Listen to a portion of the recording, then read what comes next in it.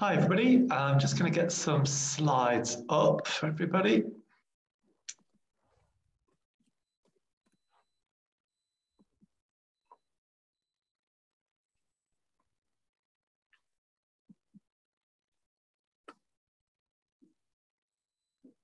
Okay, so hi, welcome everybody to our third and final event in our CALC summer series.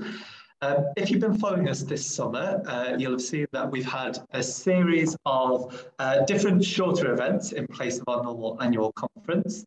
So we've had events that have looked at libraries as workplaces, which was exploring trade union activism in libraries and fair recruitment practices. We then last month had an event taking a critical view of library systems and software. And our last event is all about revisiting our past, some of our past CALC speakers from CALC 2021 and CALC 2022. So 2020 and 21. We're really pleased to be doing this. Part of the reasoning behind this is because we thought it's really important that when we're talking about critical practice, we're not just thinking about it as a sort of one-off standalone project or one-off standalone piece of research or something that we're working on, but actually critical practice should all be about reflection and praxis and about a continuum of work. So we didn't want to just have our CALC event seen as a sort of static, self-contained event. Where you do a nice presentation and that's all done.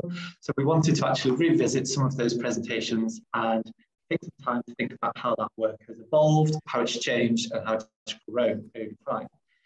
So we really want to thank our speakers today for joining us and giving us an update on where their work has taken them. Just a couple of housekeeping things. If you're familiar with Zoom, you should probably know all of this already, but you'll see that there's options to mute and unmute yourself along the bottom, and also to raise hands. We'll ask for the sake of the recordings on this session and to keep it manageable that you keep yourselves unmuted while our speakers are talking. At the end of the sort of main bit of the question and answers that we've got, we might invite you to raise your hand and then you can unmute yourself and ask questions verbally. Alternatively, you can post questions into the chat. We do ask if you are posting a question in the chat rather than just a comment, if you can put a Q in front of it, just so that we can pick out questions really easily when we need to. We do have breaks throughout this session, so I'll just move on to the agenda for today. If you were checking your emails bright and early this morning, you might have seen that I sent out a revised agenda this morning. That's because, unfortunately, one of our speakers, Sarah Hammond, has had to pull out. Not feeling very well. Fortunately, my good friend Maria King has agreed to step in and take Sarah's place, so that we had a full sort of roster of speakers today. And Ramona very kindly agreed to switch her session to the earlier slot. So in terms of what we've got on today, I'm doing this quick intro. Then we've got a catch up with Caroline and Johanna at eBook SOS. We're then going to take a 10-minute break, and then we're going to be catching up with Ramona Nika, and then another quick break, and then catching up with Maria King. I did send out in that email a link to Maria's presentation from CALC 2021 about pedagogy, but we'll also revisit a little bit of that at the start, just in case anyone wasn't able to watch the before attending today. And at the end of the session, we're just going to have a thanks and close just to finish off and round everything up. You should see that there's that we are recording today's sessions. That's so that we can make this available to a broader audience. We do record sessions and then we always manually capture them before publishing them on our YouTube channel, where they're freely available for everybody. The manual captions means that we get good quality, but it does mean that there's a delay in terms of being able to share those. But probably the best way of seeing when they go up is by subscribing to our YouTube channel. And I will also email them out as well. We've got closed captions enabled for today's session. I will just acknowledge that they are automated by Zoom, so they're imperfect. but we will have that manually captioned recordings afterwards if anyone needs that.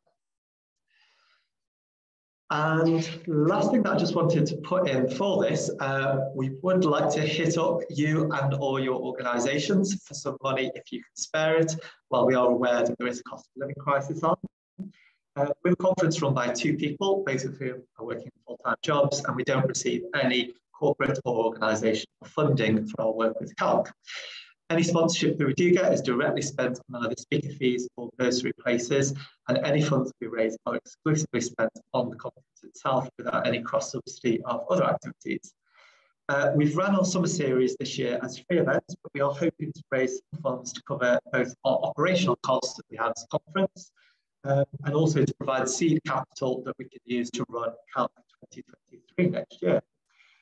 You can contribute using the links there, either by credit or debit card or by fax transfer, using the link to our Open Collective page there. I've also put a note in, which is a note of our site, which is about the financial transparency information about us as a conference. I think that's it. I've spoken for my 2 minutes over, so I will stop there and hand it over to our first session. Thank you very much, everybody.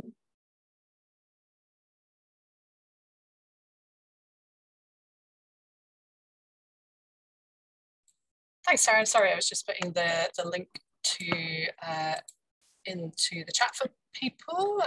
So yeah, thank you.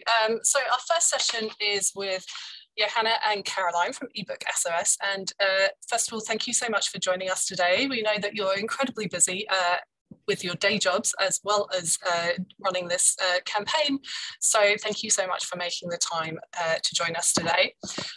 So I'm going to do a Q&A with Caroline and Johanna for about 20-25 minutes, and then we'll have some time after that for any questions for the audience, from the audience as well.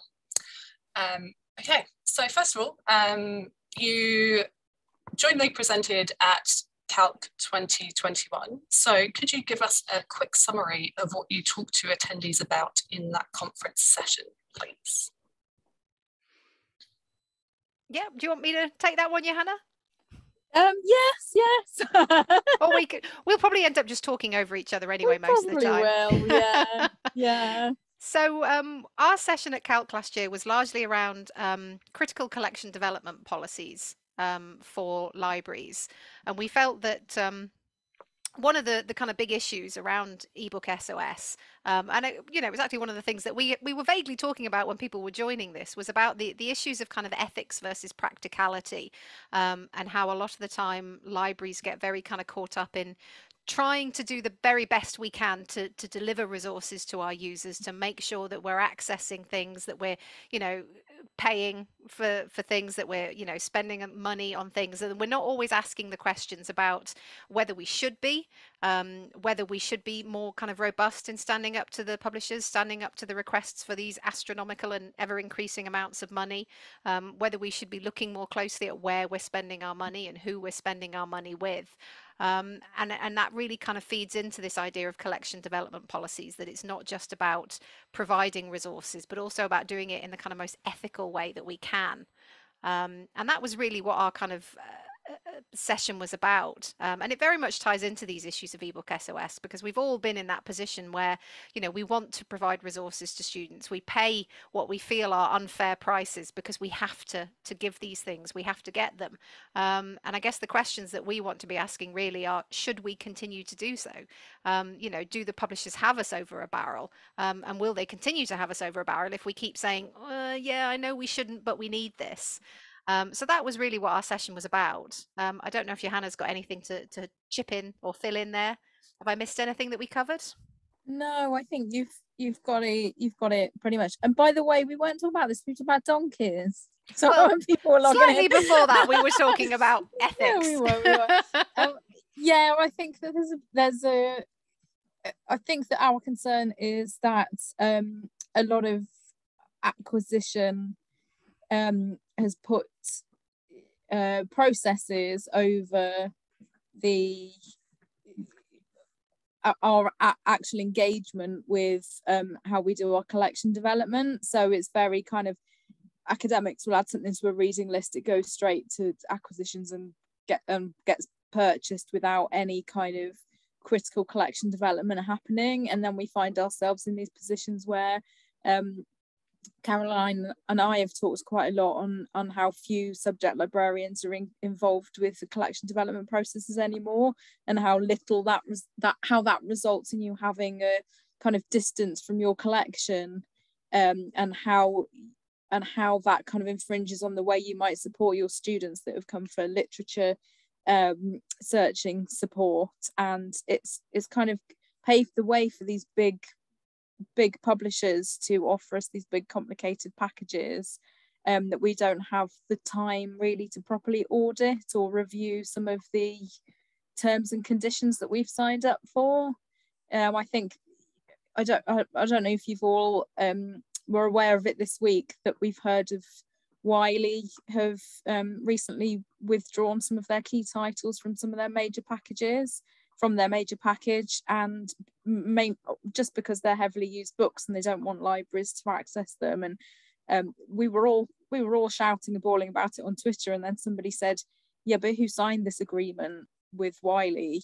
Are they the bad guys in this scenario? And I think that there's a lot of to be answered to. There's a lot of that to be answered to by librarians. So often it's because we feel we don't have any other choice.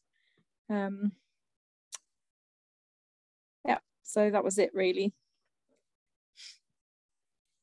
Yeah, thanks. Just we started to get into this a little bit before we started, when I was saying that I had this conversation with my manager yesterday where they didn't see an issue with spending £600 on an ebook license. So yeah, I think it's interesting you say that about the involvement of that subject librarians in the collection development policies. Have you, as individuals, been able to have any kind of involvement in collection development policies locally and or nationally? Our experiences are very different, Caroline's and mine, and Rachel's as well, who's not able to join us today because she's in Australia. Well, she's moved to Australia, so she'll be asleep by now. So for me, I still manage a budget. I still purchase, just make decisions on the books that we purchase, not necessarily the journals, but some of the individual titles. So and I think it's because we've got such teeny weeny budgets in Gloucestershire, we can't just, if we got academics just to add stuff to reading lists and it would go through and would be automatically purchased, that our money would be gone immediately. So we've got to be careful about how we spend every single penny. So I do talk with my academics about books. I know my collection very, very well. Whereas I believe Caroline's had a different experience at Derby, where she's based. So I'll let Caroline tell you about that. Yeah, so we have at Derby, like probably a lot of institutions now, reading list driven acquisition. So it's very much dictated by what goes on the reading lists. Those reading lists go to review by our acquisitions team. They have kind of set criteria for kind of price limits, formula for numbers of copies if ebooks aren't available and so on. And so I really don't get involved in the collection development side of things anymore. All of that kind of happens very, very separately. And is organised by our acquisitions team, and the kind of purchasing is purely done on is it on a reading list? Is it under our price threshold? Off it goes. I do have a small budget, which we kind of call our program need budget, which is, about kind of generally buying things for things like new programs, things where academics potentially want things, but they don't necessarily want them on a reading list. But it's a pretty small budget, particularly when you think about the price of some of these ebooks. So yeah, my experience is very different. Before we had reading list driven acquisition, it was very much more similar to Johanna's, that, when I first started out as an academic librarian, I was pretty much responsible for the whole budget for my subject area. I decided which databases, which journals, what books. I could, shift things around, cancel things if I wanted more money over here or more money over here. But it's definitely become increasingly process driven now. And I think that's common across the board. I think lots and lots of institutions are going down this route now. And I think it's partly driven by staffing. I think it's partly driven by kind of metrics. But I do think it means that kind of professional oversight really of the collection, that idea of one person having that oversight of a collection and knowing what's in it and what we subscribe to and what we're purchasing and where the gaps are, and what new modules or new programs are coming on board or what developments are taking place in that subject area. I do think that has been lost really in this kind of process driven drive, and I think that, you know, it's I can see both sides of it. I can understand why reading list driven acquisition is happening, and I can understand why it's necessary in a lot of institutions. But I do think as a result of that, you probably have even more of a need to have these critical collection development policies in place, to have people asking these questions, and to have that kind of institutional support to be robust if you can, and to go back to publishers and to try and negotiate. I think the challenge for most of us is that library processes are often quite seen as very niche, quite obscure. Most of our institutions don't really understand how it works. Even finance don't really understand how it works because it's quite different to procurement in a lot of other areas. And I think it's very difficult to say, there's these resources and we need them, but we don't want to pay for them. And we want your support to say we're not going to pay for them, even though we know we need them. And I think that's a very, very challenging conversation to have pretty much anywhere. And I think it's even harder, but probably even more necessary when you are in institutions that have these kind of process-driven acquisition processes. What the solution is, I'd be a consultant somewhere charging huge amounts of money per hour if I had a solution. But I do think it's kind of incumbent on all of us to start asking these questions and to start trying to raise awareness in our institutions about these issues. And I think that's one of the things that eBook SOS has really been about, and has been one of the big successes, I think, is making people outside of the library aware of how things get on the shelf and how ebooks get purchased, or, well, leased, rented, licensed. We don't purchase them. And I think that for me has been one of the most interesting parts of eBook SOS, because staff, students, you know, university exec, management, politicians, everyone, they have no idea. They have absolutely no idea about how kind of library acquisitions works, how these processes work, all these constraints, all of these issues. And I think they're a lot more sympathetic when they do start to understand. I think they understand a little bit when you connect it to things like journals. You know, we've seen some of the kind of pushback with Elsevier in the negotiations, and I think the understanding of that kind of exploitation of academia is starting to filter down in understanding when it comes to journals, but I don't think it's there yet with books and those kind of resources. But it's almost, I think that the librarianship profession is I think that for the last decade we've been so obsessed with teaching and trying to prove our worth by saying, well, we're not just librarians, we can do teaching and this, that and the other. And so the focus on information literacy at the expense of knowing our collections has come with consequences. And I genuinely, you know, I think until recently, when people realised the work I did on collection development, people worked at other universities, they'd say to me, oh, you still do that stuff? Oh, like this? Like we were a bit regressive. But I think that it's allowed me to be a lot more diverse in my knowledge and what I do. And I find it really hard to understand how you have referencing like literature search tutorials with students when you don't know your own collection. I just don't understand that. But I'm sure I'm not saying, I'm not undermining the way that other people work, but it's just something that I find really hard to comprehend. So I think that librarians are quite guilty of trying to find the next big thing, the next kind of buzzword thing that we can all do to make us valuable.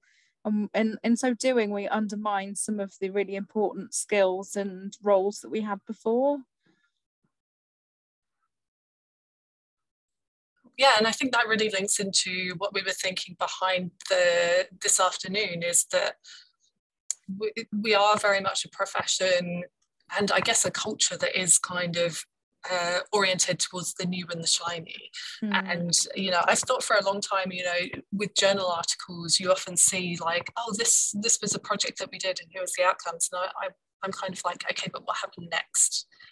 Did you continue to embed that practice, or, you know, you go to Lilac or you go to library conferences and it's sort of a snapshot in time, and you don't, of something someone's done recently, and you don't get to see kind of, has this carried on? Has this, or was this just like a particular thing that was done in that moment and only worked in that moment? So yeah, that's why we wanted to do this afternoon, to kind of catch up with people and find out a bit more about what people have been doing since the conference, which leads me into my next question actually, which is, so your session was titled Giving Shape to a Critical Collection Development Policy, Responding to eBook SOS. So I was just wondering how your thoughts on this topic have evolved since the conference. So you spoke at CALC 2021, so that's about a year and a half ago now. I think my thoughts, let me see how to put this into words. I think one of the things that's really highlighted for me is the challenges of doing this without sector support. Because, you know, when we're talking about things like ebooks, and, you know, I was talking about things like Elsevier, when it comes to journals, when it comes to those kind of negotiations and pushback, we have the benefit of, you know, that kind of consortia approach. We have the benefit of that kind of collective power. And that doesn't exist for ebooks. You know, these kind of packages, some of them come under the JISC deals, which is great. But a lot of the time when we're talking about these kind of individual ebooks that we're leasing, licensing, you know, it's very much individual to institutions. And I think that's where nothing is really going to change until we start acting as a sector, until we start sort of taking this kind of collective action. And that is one of the things that we've really been trying with eBook SOS, with varying levels of success. We seem to be having more success in a completely different country than we are in the UK. But I think that's what's needed. I think it's really taking that sector-wide approach and using that kind of collective power of libraries to start pushing back against this. I think when you've got little bits of activity taking place here, or you've got this institution, you know, trying to sort of prioritize open access, and that institution trying to kind of push back, it's very bitty. And the publishers, as we know, are hugely powerful, huge amounts of money. You know, they can, like Wiley, they can say, take it or leave it. You know, if you don't like these packages, do without it. And we're the ones having to go back to our sort of user base and going back to our students and our staff and trying to explain, yes, I know we had those books last year, but now we don't. And there are perfectly good reasons for it, but that might not make much sense to you when you're trying to do your studies and you haven't got this book that you wanted to use. And I think, you know, as I was saying earlier, I think that kind of understanding across academia is filtering down when it comes to things like journals. And part of the reason is because it's a collective action, because it's a big thing that involves all universities collectively. I think we need something like that with textbooks, with ebooks. I think it really needs the sector to be more coordinated. And that is very much something that, like, me and Johanna can't do on our own. You know, we really need our sector leaders to kind of step up and start, you know, using the networks that they have, using the authority and the connections that they have to start bringing people together. And I think that's really what we've been kind of pushing for, or trying to anyway. Because it is bigger than any one of us, and you know, a single university trying to sort of stand up and push back is not going to make a huge amount of difference. And so I think that's the thing that's really been highlighted, is, you know, doing a session like at CALC last year and talking about how important it is for us as librarians.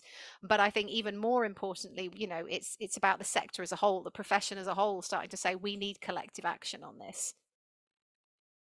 Yeah, I mean, I remember when I was doing I was doing a talk at UKSG with CAHL, and we were a couple of months into the campaign, and somebody approached us and said, well, what impact have you had? Like, what have you changed? As if we should have changed the ebook market by that point. I think that's unrealistic. It's going to be a long slog. It's going to take a lot of time.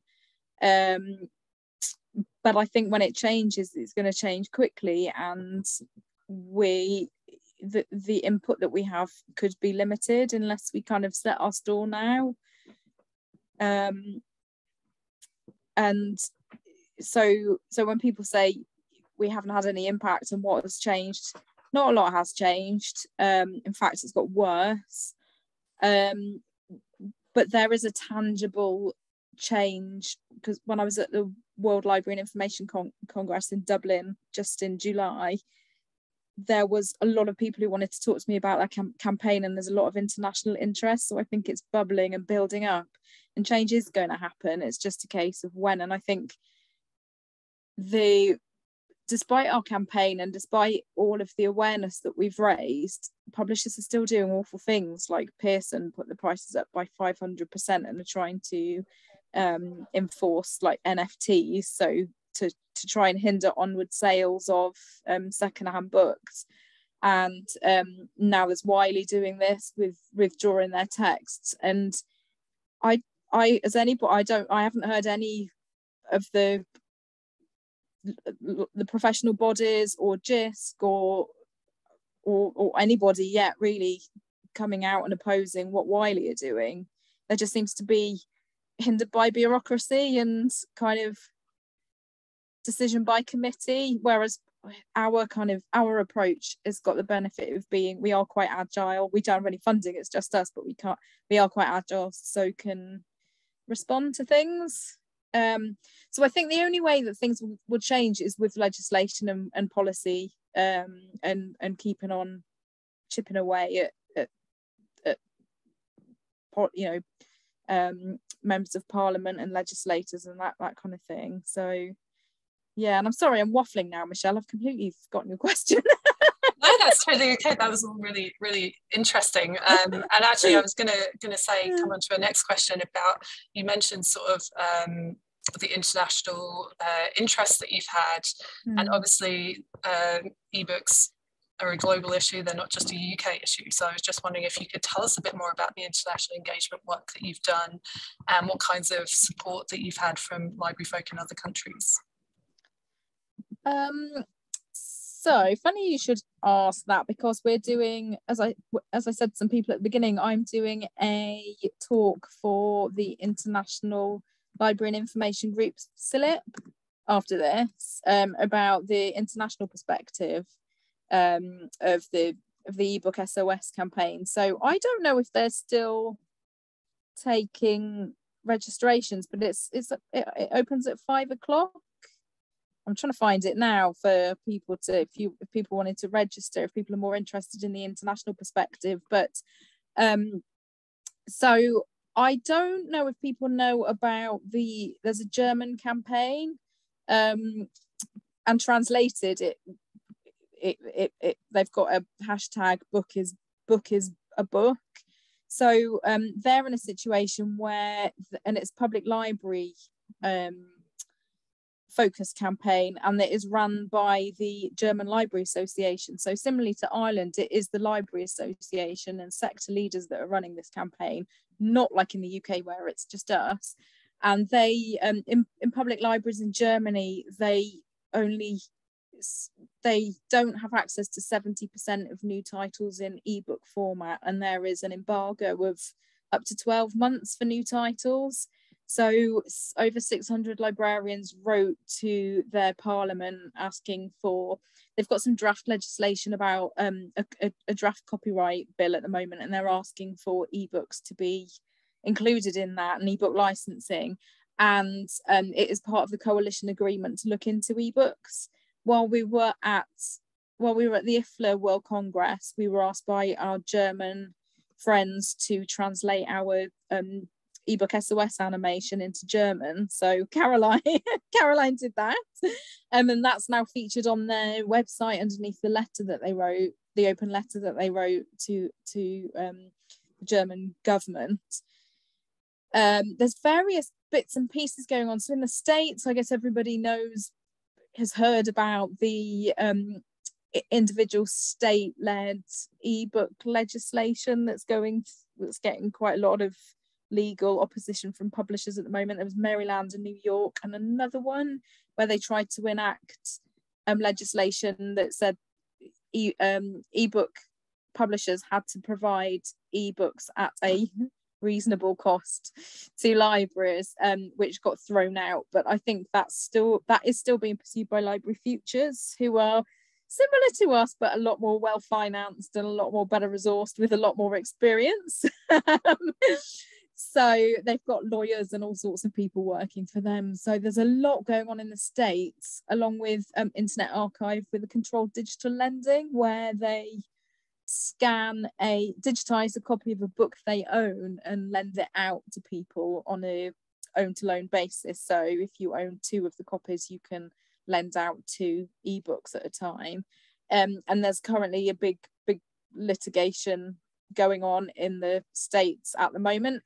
And so everybody, I think a lot of jurisdictions are waiting to see what happens with the US case and Internet Archive.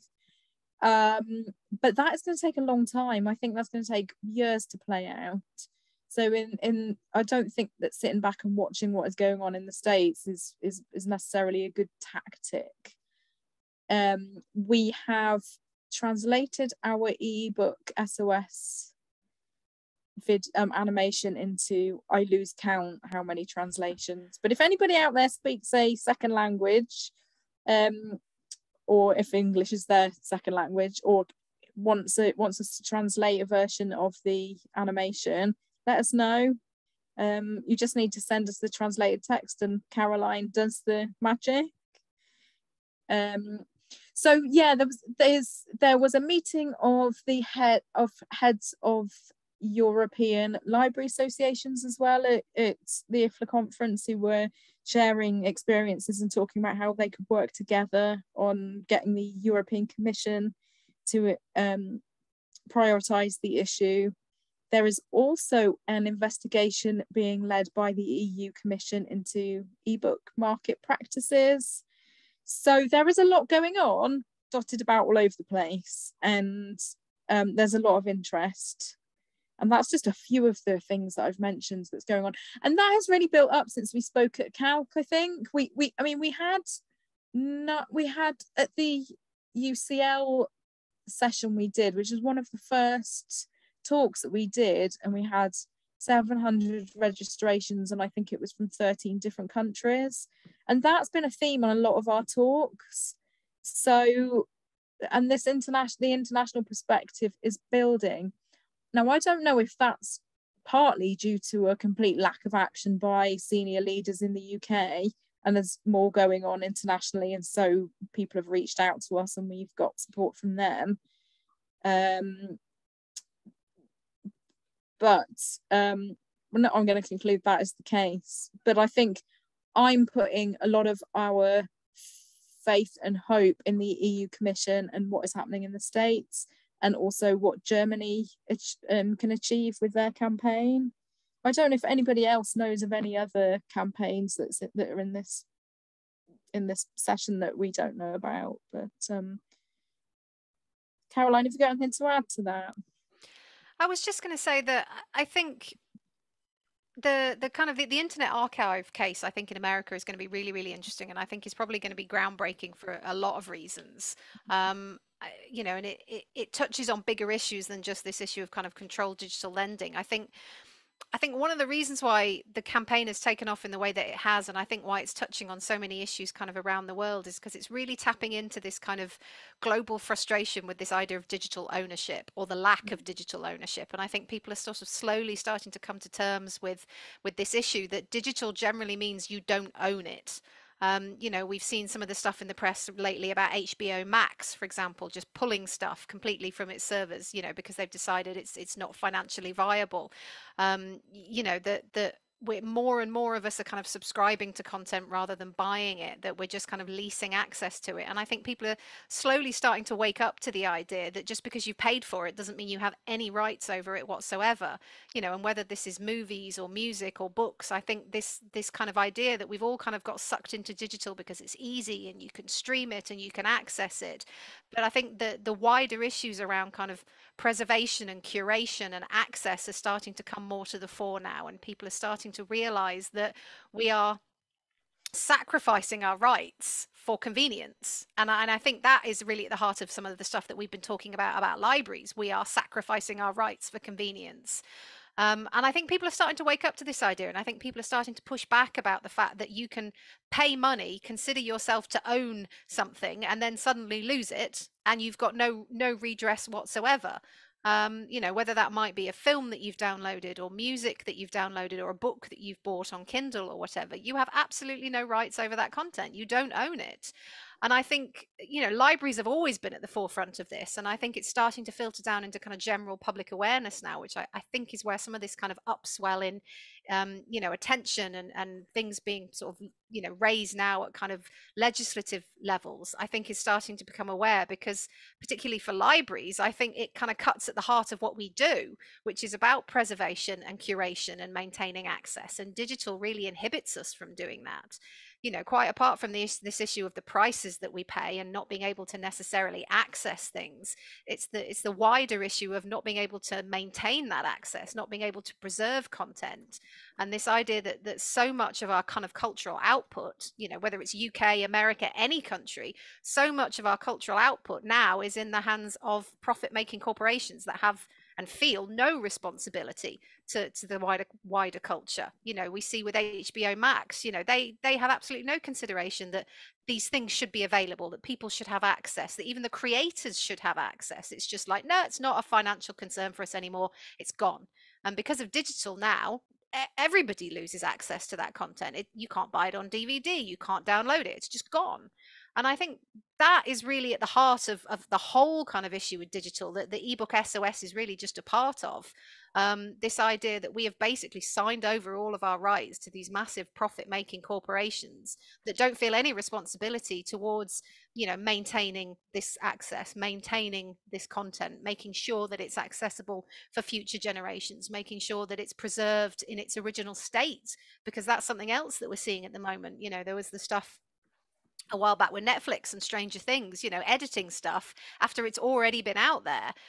You know, if they control this, if they can control all this content, we have no way of preserving things in their original state. They can rewrite the narrative, they can rewrite history, and that's something we should all be concerned with. And so I think ebook SOS and ebooks is kind of tapping into a bit of that cultural zeitgeist, I think, where people are really starting to wake up to the massive risks this has, really, I think, for education, for culture, for everything. If we as the people and, you know, the kind of guardians of culture cannot do our jobs in maintaining and preserving this for kind of this generation, for future generations. And I think that's a huge concern, because, you know, you cannot rely on a huge multinational company to act ethically, not when there's money at stake. Absolutely. Thank you so much. There's so much in there and I've got a ton of questions left, but we've only got about 12 minutes left. So I wanted to ask Darren if there's been any questions in the chat, and ask anybody else if they'd like to put their hands up and ask a question, or put a question in the chat now. We've got about 12 minutes if you've got any questions for Caroline and Johanna. I haven't seen any questions in the chat so far, but I think that's because we've all been absolutely enraptured listening to you. I'll just have a look through. Can't see any hands up at the moment. I'll give people another few seconds.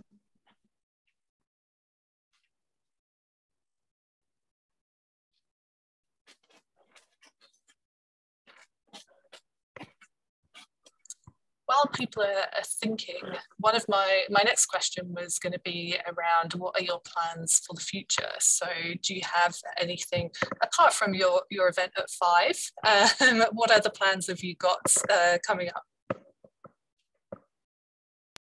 I think we're hoping to try and pick up with some of the legislative pressure again. Obviously, the musical chairs that is the current government has been a bit of a challenge, because it seems like there's a new minister every time you turn around. And quite honestly, I have no idea who the university's minister is at the moment.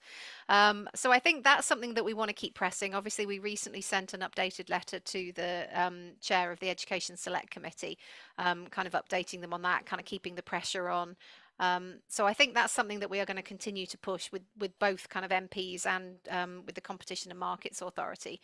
It might not get us anywhere, but I think if we can keep the pressure up, at least it keeps the issue on their kind of radar.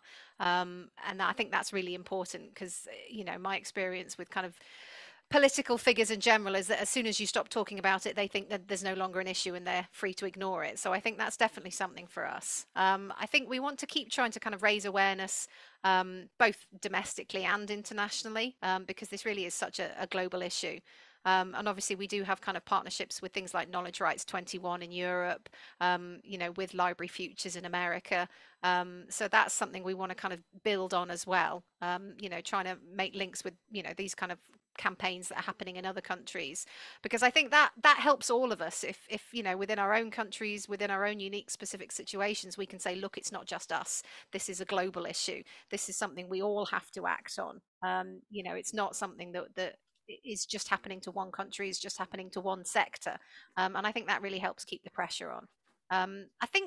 I mean, I don't know about Johanna, I'm sure she'd agree, but I think I would like to get more links in this country with public libraries, because I think that's an area where the campaign is really lacking. It's very academic focused, which, you know, inevitably the three of us were academic librarians. That's really where it came from. But I think, you know, the argument to be made about the public money that's involved with public libraries, I think is possibly even more powerful. I think the university sector has been a bit of a sort of kickball for the government. I don't think HE is a particular a positive spin for government. They seem to be very down on higher education at the moment, and so I think, you know, getting more public libraries on board, you know, involved in the campaign, although I recognize it's difficult for them because of the political issues, but I think, you know, this is something that affects public libraries just as much in different ways, but they're in the same situations of having to lease books, of having to rebuy them, of not being able to maintain access, you know, perhaps even in a worse position in some ways.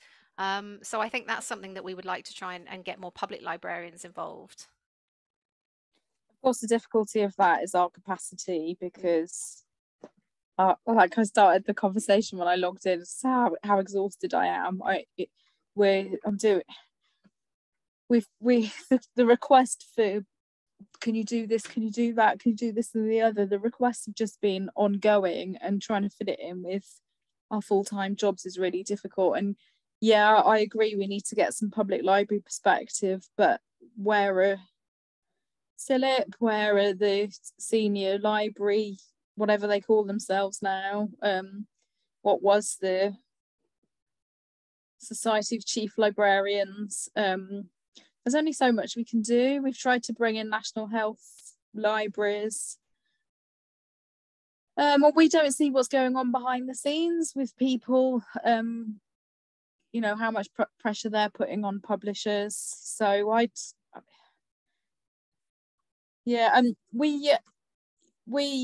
was talking, I'm hoping little things might pop up, like we've got some students at Leeds University who got in touch with us, who are keen to support the campaign, and I had a meeting with them last week, and they seem very energized and have been working with the librarians at Leeds University, and they have been reaching out to some other university student unions who seem to be quite keen to get on board. So I'm hoping that might turn into something.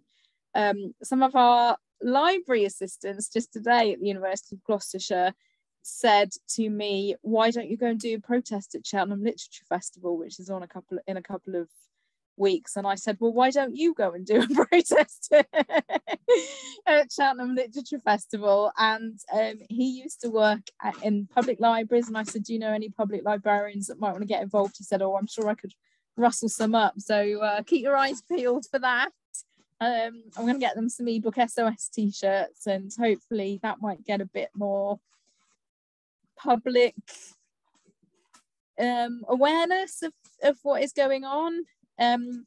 We were talking about getting my camper van because it's got solar panel and electrics to project our animation onto the buildings around Cheltenham Literature Festival, but parking is a massive issue and I'd probably get clamped, so that might be being a bit ambitious, but we're hoping we might be able to get some students involved in that as well. So I think it's mainly, as much as we like to do this, that and the other, I think it's mainly going to be little like pop-up spontaneous things that we have time to do and our supporters have got time to organise.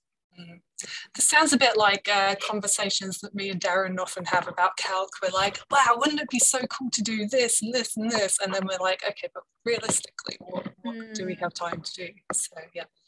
And like people will say, why don't you do this? Why don't you do that? Why don't you do the other? And like just turning it around on them and going, why don't you do it? But then people stop making suggestions because they don't want to be the ones that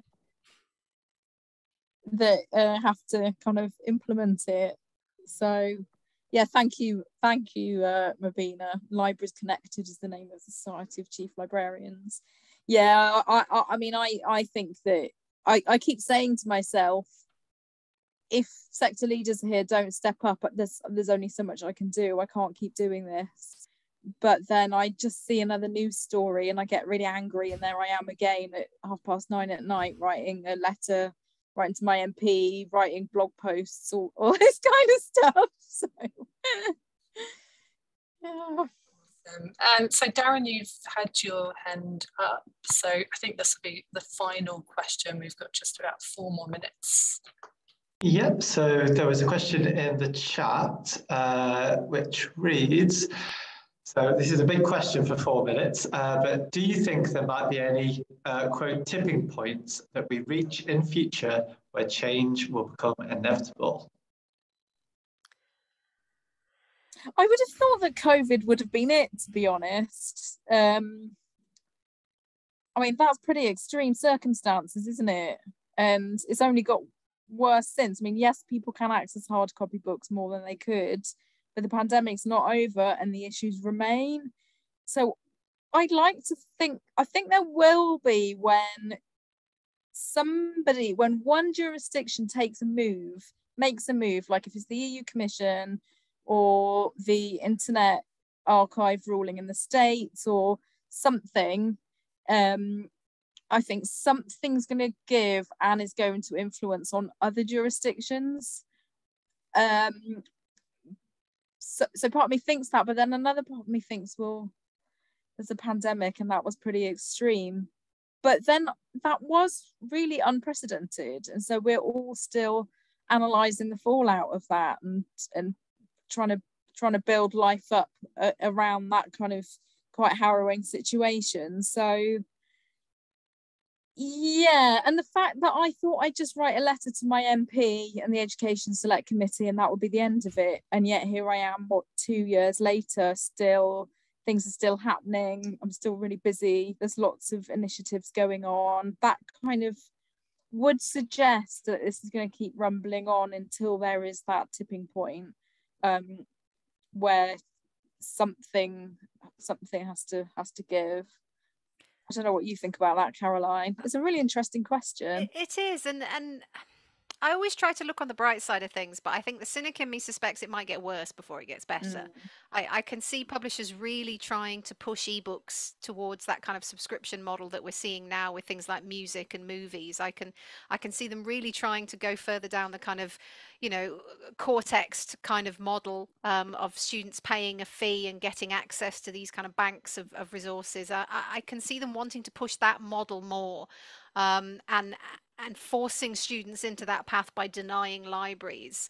And the cynic in me says I can see that happening first before there becomes this kind of big pushback against that. I hope that won't happen. I think, we're starting to see rumblings of it. But I think, the cynic in me says that I can see that happening, that I can see kind of books going the way of other kinds of media, in terms of, shifting to that streaming subscription model, moving away from that kind of you buy this, you buy that. I hope I'm wrong, but I can see that happening. I think, if anything, the tipping point will be the outcome of the Internet Archive case, and that's going to be years down the line because these things rumble on forever. But I think whichever way that goes is going to have an enormous impact on libraries because, on the surface, it's very much about controlled digital lending, but I think underneath it's about really allowing libraries to do what libraries are there for. And I think if it goes against the Internet Archive, I think that will be a really, really critical blow to libraries when it comes to digital content. Well, they might be pipped to the post a bit if Internet Archive drags on for years like we suspect it will, because there was actually that European Court of Justice ruling that where the judge stated that ebooks should be treated the same way as hard copy books when it comes to ownership and lending. That ruling has not been challenged by precedent yet, and there has been some. I think everybody is quite nervous to be the first to test that precedent. But I think if the EU Commission gets on with this investigation and there's more pressure to the EU Parliament, and somebody does make that move, then that might start to see change. But then you do have publishers, like I had a publisher jump into my timeline saying that our interpretation of that ruling was completely inaccurate, and to lend ebooks the same way as we do hard copy books is stealing. So but there is some debate about that, but I'd be really excited to see that tested as a precedent, but I don't know who's brave enough to do it. Okay, yeah, so whichever comes first, I think. Thank you so much. I'm going to have to jump in there because we do need to wrap up now. We could end up talking all afternoon about this, but thank you so much for your time this afternoon, Caroline and Johanna. I'm sure everyone will join me in thanking you so much for joining us and for all your thoughts. It's been really, really interesting. We are going to take a break now until 3 o'clock, and then we will be back with Darren and Ramona. So thank you so much, and please join us again at 3 o'clock. Thank you. Thanks everyone for listening. If you want to support us or help us in any way, drop us an email. We're at ebook SOS campaign @gmail.com. And thanks to Darren and Michelle for being so supportive and giving us a platform. Thank you.